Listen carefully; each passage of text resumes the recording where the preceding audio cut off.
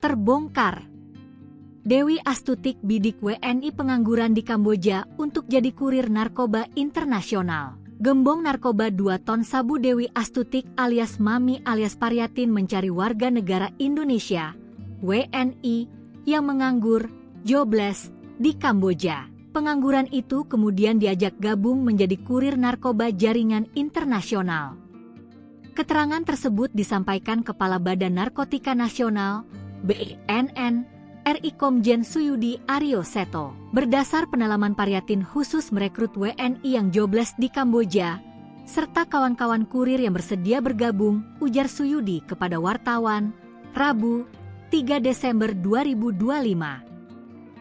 Pekerjaan Dewi Astutik merekrut WNI di Kamboja menjadi kurir narkoba ini sudah dijalani sejak 2023. Komjen Suyudi menegaskan hal itu berdasarkan pendalaman sementara terhadap Dewi Astutik.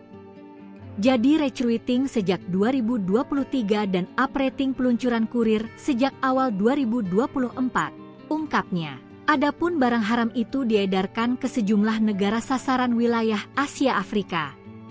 Daerah operasi, pengedaran, berdasarkan hasil pendalaman dan analisa yaitu Indonesia, Kamboja, Laos, Hong Kong, Korea Selatan, Brasil, Ethiopia, imbuhnya.